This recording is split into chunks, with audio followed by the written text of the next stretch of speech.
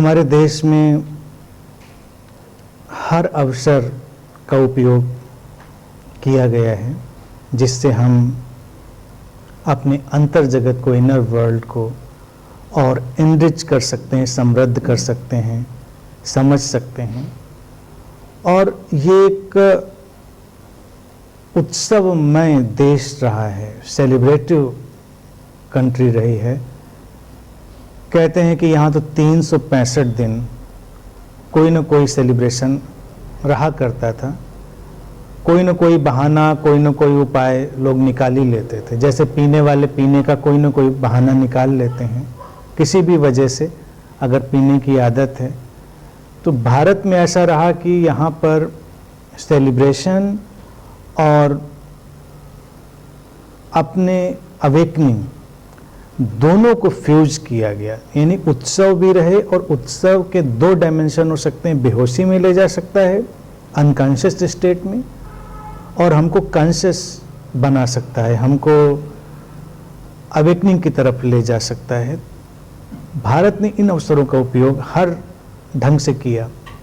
तो वही ये बसंत पंचमी का अवसर भी है, बड़ा खूबसूरत सा, कि जब पतझड़ के बाद बसंत का आगमन होता है और फूल खिलने लगते हैं, कोपले फूटने लगती हैं, जो हरियाली है वो फिर से हमारे जीवन में प्रकट होने लगती है। तो ये एक इशारा है कि हम उस जीवन की प्रोसेस को, प्रक्रिया को सेलिब्रेट करते हैं जहाँ पर कुछ भी खत्म नहीं होता। यहाँ पर जो हमको एक जगह पर खत्म होता जान पड़ता है, वो एक नई शुरुआत होती है।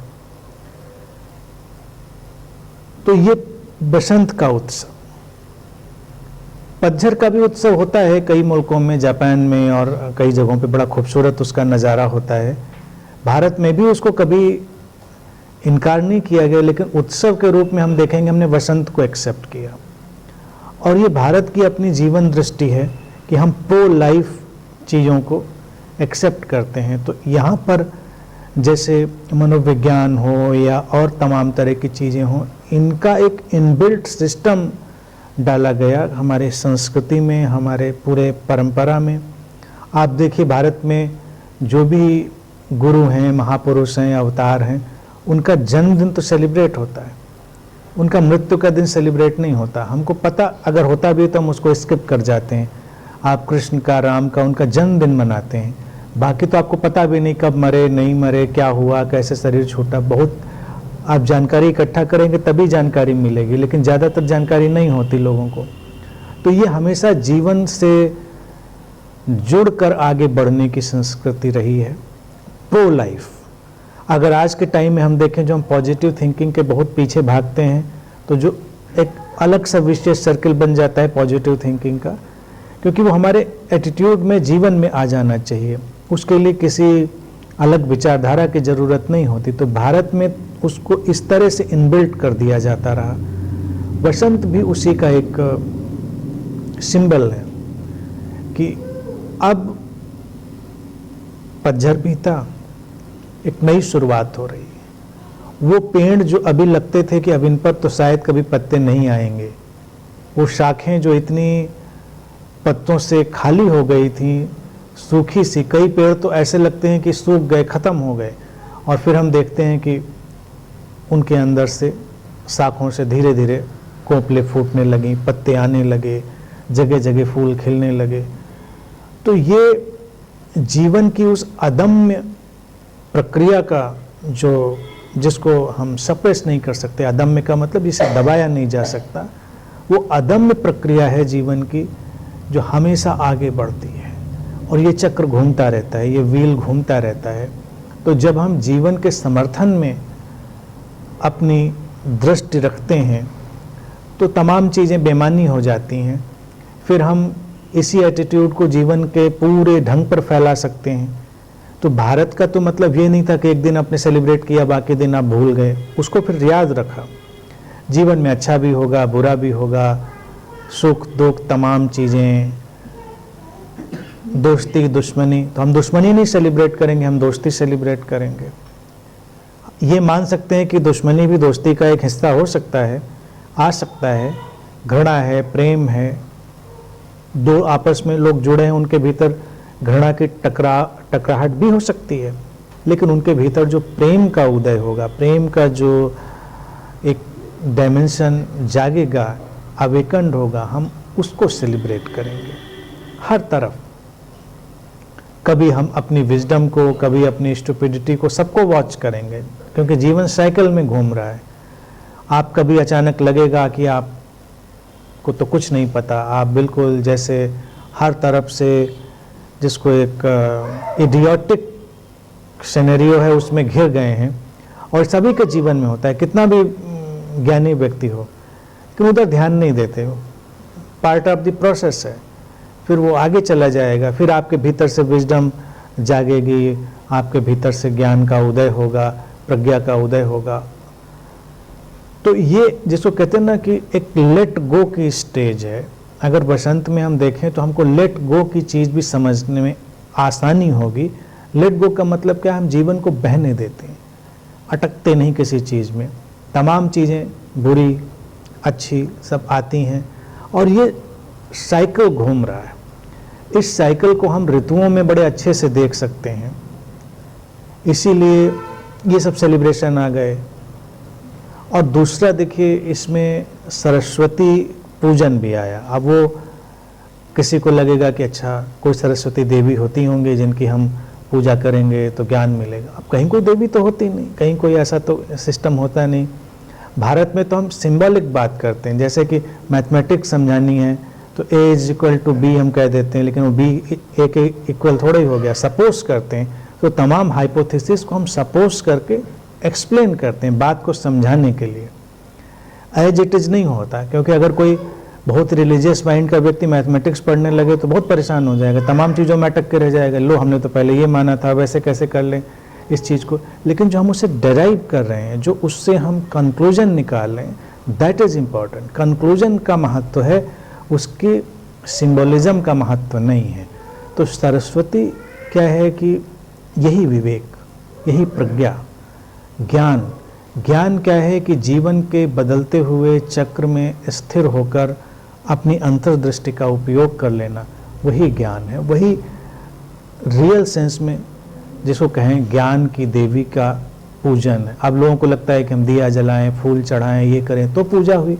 ये सब तो बहुत मंडेन चीज़ें हैं, और कहीं भी कोई भी पूजा ऐसे नहीं घटती। पूजा का मतलब होता है अवेकनिंग। अगर वो अवेकनिंग आई तो बात बनी, अवेकनिंग नहीं आई तो सिंबल बेकार गया।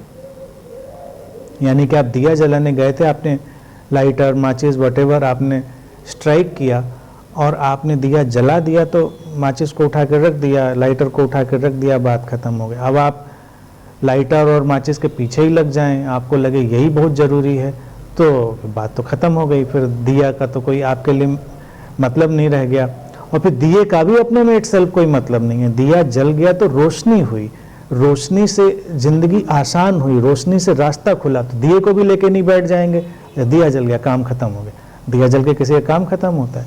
घर में हम लाइट ऑन कर देते हैं, एलईडी का यूज कर रहे हैं, दिए का ज़माना गया। तो एक ही बात है, हमको रोशनी से मतलब रखना चाहिए। अब लाइट हमने ऑन कर दी तो ये काम नहीं खत्म हो गया, अब तो काम शुरू हुआ है।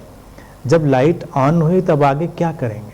आगे और creative, celebrative way of life unfold होगा, और वो खूबसूरत बनाएगा ज़िंदगी को। तो इसीलिए इस बसंत पंचमी से उन्होंने अटैच कर दिया सरस्वती पूजन।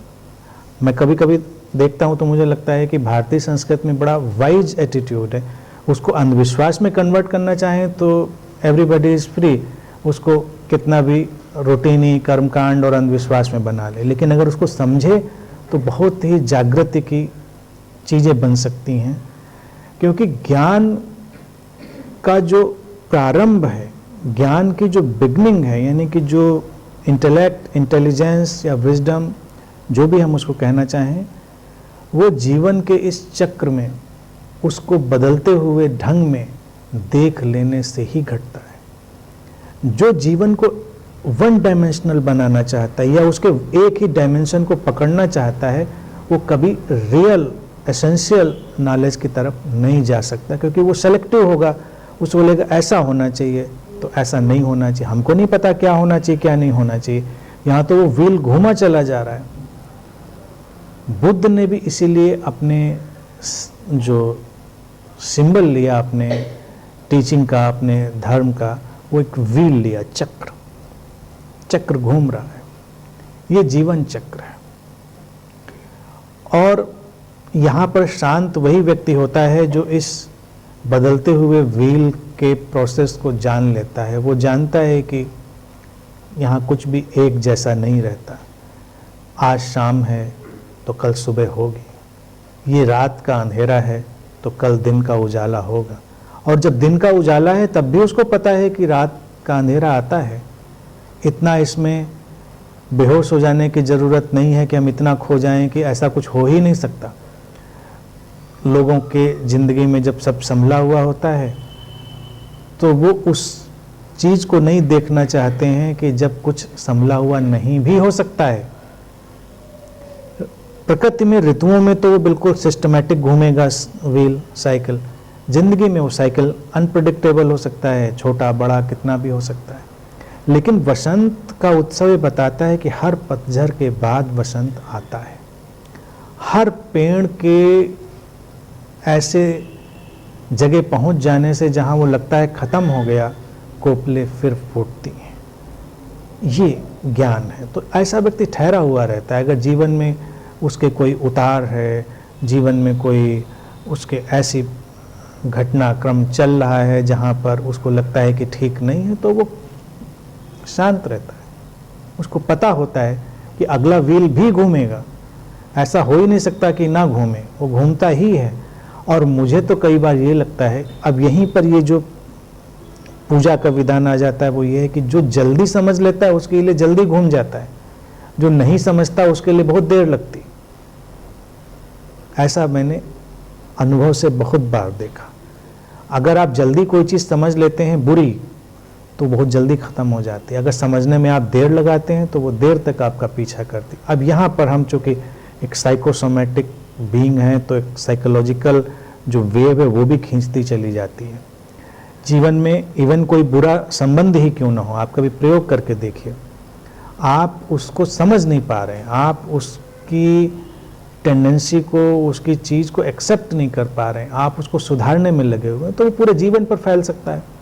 एक बार आप अगर देख लें कि ऐसा ही है, दिस इज इट, तो दो रास्ते होंगे, या तो वो सुधरेगा या कुछ नया होगा, या छूटेगा, कुछ होगा। आप कम से कम उससे मुक्त होंगे, कोई चीज़ ऐसी होगी। किसी के घर में मृत्यु हो जाए, मृत्यु को जल्दी से जल्दी जो एक्सेप्ट कर लेता है, जान लेता है कि यह है जीवन का ढंग जो आता है। अब ये तो सभी को पता है जो आता है जाता है, लेकिन जब होता है तो लोग इतने विचलित हो जाते हैं कि नहीं एक्सेप्ट कर पाते। आप जितनी जल्दी एक्सेप्ट कर लेते हैं, कूल हो जाते हैं, आप जिंदगी में जो आपके साथ आसपास और लोग हैं उनके साथ ज़्यादा सुंदर जीवन बिता पाते हैं। क्योंकि जीवन तो आमने सामने है, अलाइव होने में है। जो गया सो गया, पतझड़ में जो पत्ता टूटा कहाँ गया कोई नहीं जानता, लेकिन जो नया पत्ता अब साख पे है, जो बसंत में खिला है, फूल या पत्ता उगा है, वही पेड़ का जीवन है इस समय। तो अगर उस समय पेड़ भी अपने उस पत्ते को ढूंढने निकल जाए, अगर वो ढूंढने की क्षमता रखता होता, चलता होता, तो जंगल जंगल घूमेगा, वो पत्ता नहीं मिलेगा। और जो साख पे उगा है वो तो रास्ते में वो भी कब का टूट फूट जाएगा। ऐसा नेचर ने नहीं बनाया। तो इसीलिए बसंत बड़ा स्टैटिक और symbolic, static in the sense कि डायनामिज्म उसके अंदर है। स्टैटिक है कि वो दिखता है सामने सामने, जिंदगी में हमको नहीं दिखता। अगर मृत्यु की घटना को कोई एक्सेप्ट कर लेता है तो जल्दी ही उससे बाहर होकर वो जीवन को और सुंदर ढंग से जीता है। कई लोगों को मैं जानता हूँ वो नहीं एक्सेप्ट कर पाए तो पूरा जीवन उनका खराब हो जाता है। क्योंकि अगर एक बार मृत्यु की घटना से आप गुजरे, आपने उसको देखा, तो जीवन की वैल्यू, उसका मूल्य भी आपको पता चल गया। फिर आप तमाम बेवकूफ़ियों में टाइम नहीं बिताएंगे, तमाम ट्रिवियल से, छोटे से जो बेकार से इशू होते हैं उनमें नहीं उलझते हैं। क्योंकि अगर आपको फिर से जीने का मौका मिले तो बहुत सारी जो ट्रिवियलिटीज़ हैं उनमें आप क्यों कर अपना टाइम जाया करना चाहेंगे। आपको लगेगा कि बेकार है।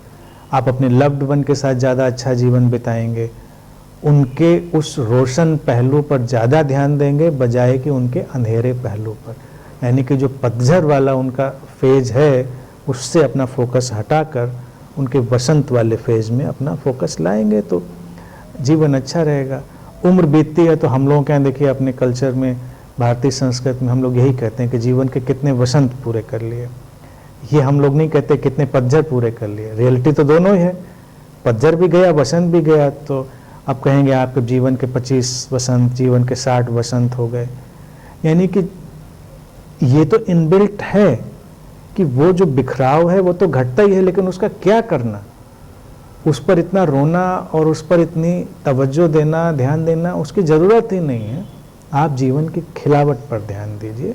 तो उसलिए हमने ये वसंत का उत्सव चुना, उसको सेलिब्रेट करना चुना।